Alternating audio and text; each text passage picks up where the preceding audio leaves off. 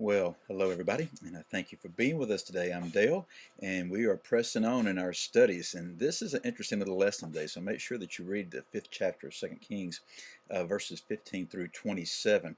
Read it, ask the Lord to give you some revelation, some understanding. He'll teach you, okay? He will show you the truth. So Naaman was healed. He had sought the man of God, and he received healing from the man of God. Now he went back to him after washing, and he wanted to give the man of God a gift. That's understandable.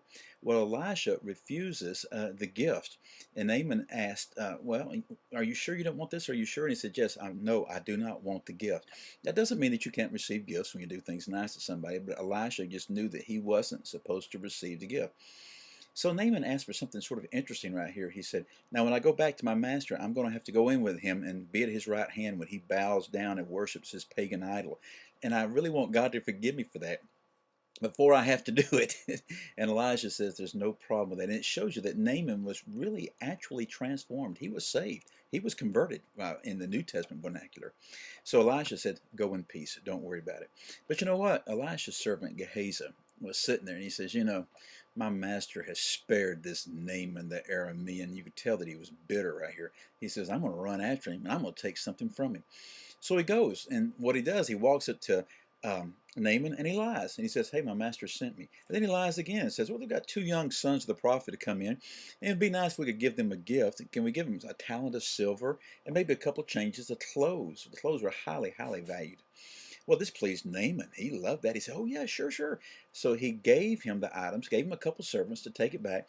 So Gehazi takes it back and takes it to his house, and he hides the stuff. Is the way it appears. Well, he goes to Elijah, and Elijah says, where have you been, Gehazi? And Gehazi says, hadn't been anywhere, hadn't done anything. And Elijah says, did not my heart go with you? In other words, I was there with you. God has revealed to me what you did and what has occurred. And then he says this to him. The man of God says this to him.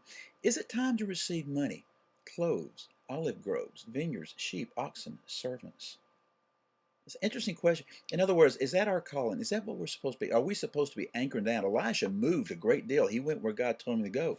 And you notice each one of those things starts getting progressively more anchored down, okay? In other words, olive groves and vineyards, that takes a period of time. Then you raise animals and you have servants, other families, other lives dependent upon you.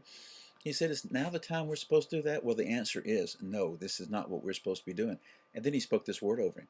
The leprosy of Naaman shall cling to you and your descendants forever. And Gehazi went out as white as snow. Here's what I want us to think of today. Know this, the Lord sees, the Lord knows.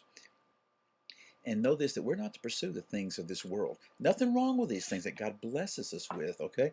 But that is not to be our primary pursuit in life, because the lust of the flesh will lead to destruction. And know that bitterness and greed, which is what we see with the servant here, will deceive us. Think about these things and take them to the Lord and see what he teaches you. Again, I'm Dale, and I thank you for being with us, and I'll see you again next time. Goodbye.